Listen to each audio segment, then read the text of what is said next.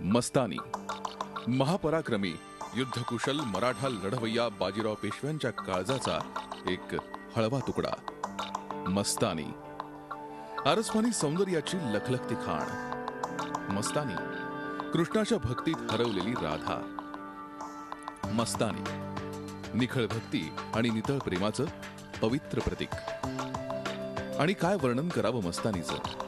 अटकेपार झेंडा रोवणाऱ्या मराठ्यांचा इतिहास मस्तानीच्या शोधाशिवाय पूर्ण होत नाही हेच खरं. माळव्यावर चालून आलेल्या महम्मद खान बंगेशचा पाडाव करून बाजीराव पेशव्यांनी बुंदेल राजा छत्रसालचं रक्षण केलं. या उपकारातून उतराई होण्यासाठी छत्रसालनं बाजीरावाला आपला पुत्र मानून राज्याचा 5वा हिस्सा आणि जोडीला स्वतःची लेक मस्तानी त्याच्या स्वाधीन केली.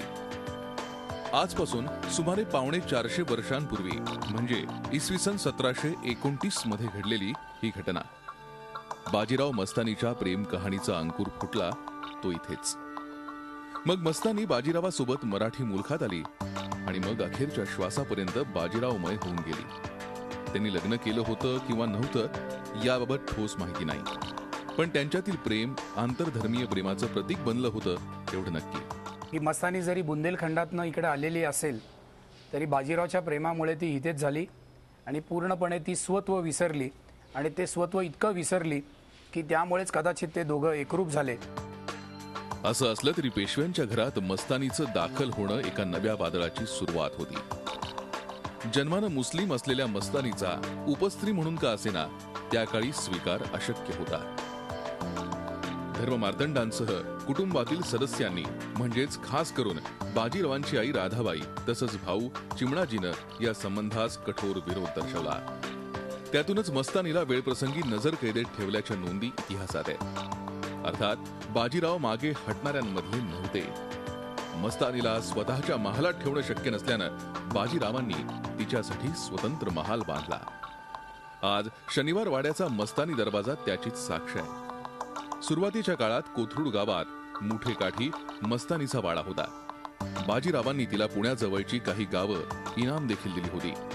त्यामुळे कितीही अडथळे आले तरी दोघांमधली प्रीती अढळ होती. बाजीरावांनी दिवे घाटाच्या पायथ्याशी खास मस्तानी साहेबांसाठी बांधलेली बाग याच प्रेमाचं प्रतीक आहे. इथला मस्तानी तलाव आजही लक्ष वेधून घेतो. बाजीराव साहेबांनी तलाव बांधला आणि बाग बांधली आणि ती मस्तानी कळावंती ईसकडे ठेविला असे अशी ती नोंद आहे. आणि आजपर्यंत माहिती नव्हतं की त्या तलावाला मस्तानी तलाव का म्हणतात. तर बाजीरावांनी कदाचित तिच्यासाठी बांधला असेल, पण या नोंदीत म्हणले की तो बांधला आणि तिच्याकडे ठेवला, त्यावरनं त्या तलावाला तेव्हापासून मस्तानी तलाव म्हणतात. विशेष म्हणजे मस्तानी धर्मानं मुसलमान असली तरी कृष्णपंथीय होती. श्रीकृष्णावर तिची निस्सीम भक्ती होती. म्हणूनच तिला बाजीरावांपासून झालेल्या मुलाचं एक नाव तिनं कृष्णसिंह असं ठेवलं होतं. हा कृष्णसिंह म्हणजेच समशेर बहाद्दर, ज्याचा सांभाळ बाजीरावांच्या पत्नी काशीबाईने केला आणि जो पुढे मराठी साम्राज्यासाठी पानिपतावर कामी आला. त्यामुळे बाजीराव मस्तानीच्या प्रेम कहाणीला हिंदू मुस्लिम ऐक्याची देखील किनार आहे. शाह मंसूर बाबांनी कृष्णावर लीला लिहिल्या, कबीरांनी लेखन केलं आणि मस्तानीला तेवढी संधी मिळाली नाही, परंतु म्हणूनच मस्तानीने आपल्या मुलाचं नाव कृष्णसिंग ठेवलं.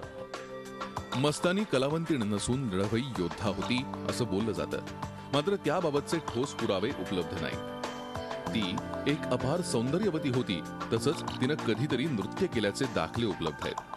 तिचा स्वभाव, सौंदर्य आणि अदाकारीला बाजीराव शरण गेल्याचं सांगितलं जातं. असं असलं तरी हे प्रेम बाजीरावांनी गाजवलेल्या कर्तृत्वाच्या कधीच आड आलं नाही. उलट बाजीरावांचं आयुष्य सिंहासनापेक्षा रणांगणावरच अधिक गेलं. मस्तानीमुळे बाजीरावाच्या एकूण कर्तृत्वावर कुठेतरी परिणाम झाला असं दिसत नाही. उलट मस्तानीच्या क्लेशामधून बाजीराव प्राणपणाने लढतोय आणि तो निजामाचा पराभव करतोय, तो माळव्यात जातोय आणि मराठी राज्याची वृद्धी करतोय. मराठा साम्राज्यासाठी रणांगण गाजवतानाच बाजीरावाचा मृत्यू आला. इंदूर नजीक रावेरखेडी बाजीरावानं देह ठेवला. प्राण सोडण्यापूर्वी बाजीराव मस्तानीच्या भेटीसाठी व्याकुळ होते. त्यात प्रत्यक्ष शाहू छत्रपतींनी लक्ष घातल्यानं मस्तानीची रवानगी नर्मदेच्या दिशेनं झाली. मात्र त्याआधीच बाजीरावांचं निधन झालं. सर्वस्व गमावल्याचं दुःख मस्तानी सहन करू शकली नाही. आपल्या प्रेमापोटी तिनं स्वतःलाही संपवलं. बाजीराव मस्तानीच्या संघर्षमय प्रेम कहाणीची ही अखेरची साक्ष. बाजीराव मोहिमेवर असताना त्यांचा आजारपणात मृत्यू झाला. त्यांच्या निधनाची वार्ता मस्तानीला कळाली आणि त्यानंतर मस्तानीनं हातातल्या अंगठीतला हिरा गिळून आत्महत्या केली. मस्तानीनं तिचा अखेरचा श्वास पाबळ गावात घेतला. आज त्याच पाबळ गावात मस्तानीची ही कबर आहे. मस्तानीला इनाम असलेल्या पाबळ गावात गावकुसाबाहेर एक प्रार्थना स्थळ आहे. मस्तानी तिथेच नमाज पठण करायची. त्याच ठिकाणी मस्तानीची कबर आहे. गावकऱ्यांच्या सहभागातून तिचं अस्तित्व तसंच पावित्र्य जपण्यात आलंय. मस्तानीच्या शरीरातील हिरा तसंच अंगावरील जड जवाहिरांच्या लोभापायी ही कबर खोदल्याचा प्रकार समाजकंटकांनी एकदा केला होता. मात्र आता या स्मृती जातीनं जोपासल्या जात आहेत. मस्तानी सोबत सेवेकरी म्हणून बुंदेलखंडातून आलेल्या इनामदार कुटुंबांची 6वी पिढी आज या वास्तूची देखभाल करतेय. मी मस्तानीची तर सेवा करतो. झाड लोट दिवाबत्ती साफसफाई सगळं मीच करतो. पिढ्यानपिढ्या आमच्याकडेही सेवा चालत आली. इथं आतापर्यंत असं काहीच नाही झालं. मस्तानीची तशी उपेक्षाच झाली. ती जिवंत असताना सुद्धा मस्तानीची उपेक्षा झाली आणि मेल्यानंतर सुद्धा उपेक्षाच झाली. आज या आठवणीस बाजीराव मस्तानीच्या आगळ्या वेगळ्या तसंच अजरामर प्रेम कहाणी आणि त्याचा जेमतेम 11 वर्ष लाभलेला सहवास एवढंच मस्तानीचं आयुष्य होतं. इतिहास संशोधकांसाठीही एक गूढ बनलेली ही मस्तानी. तिच्या सौंदर्याच्या कहाण्या आणि तिच्याबद्दलचं आकर्षण 450 वर्षानंतरही कायम आहे. प्रत्यक्ष आयुष्यात मस्तानीच्या वाट्याला बाजीराव वगळता बहुतांकडून उपेक्षात आली आहे. इतिहासात देखील मस्तानीविषयीच्या नोंदी अतिशय त्रोटक आहेत. असं असलं तरी मस्तानी ही केवळ कथा कादंबरी अथवा नाटक सिनेमापुरती मर्यादित पात्र नाही, तर मस्तानी हे एक स्वतंत्र चरित्र आहे. आणि म्हणूनच सर्वसामान्य माणूस असो वा सिनेकलावंत, प्रत्येकालाच मस्तानीची भुरळ पडल्याशिवाय राहत नाही. व्हिडिओ जर्नलिस्ट नितीन सांडबोर आणि विकी कांबळेसह Arun Mehtre, Zee Media, Pune. Zee 24 तास रहा एक पाऊल पुढे.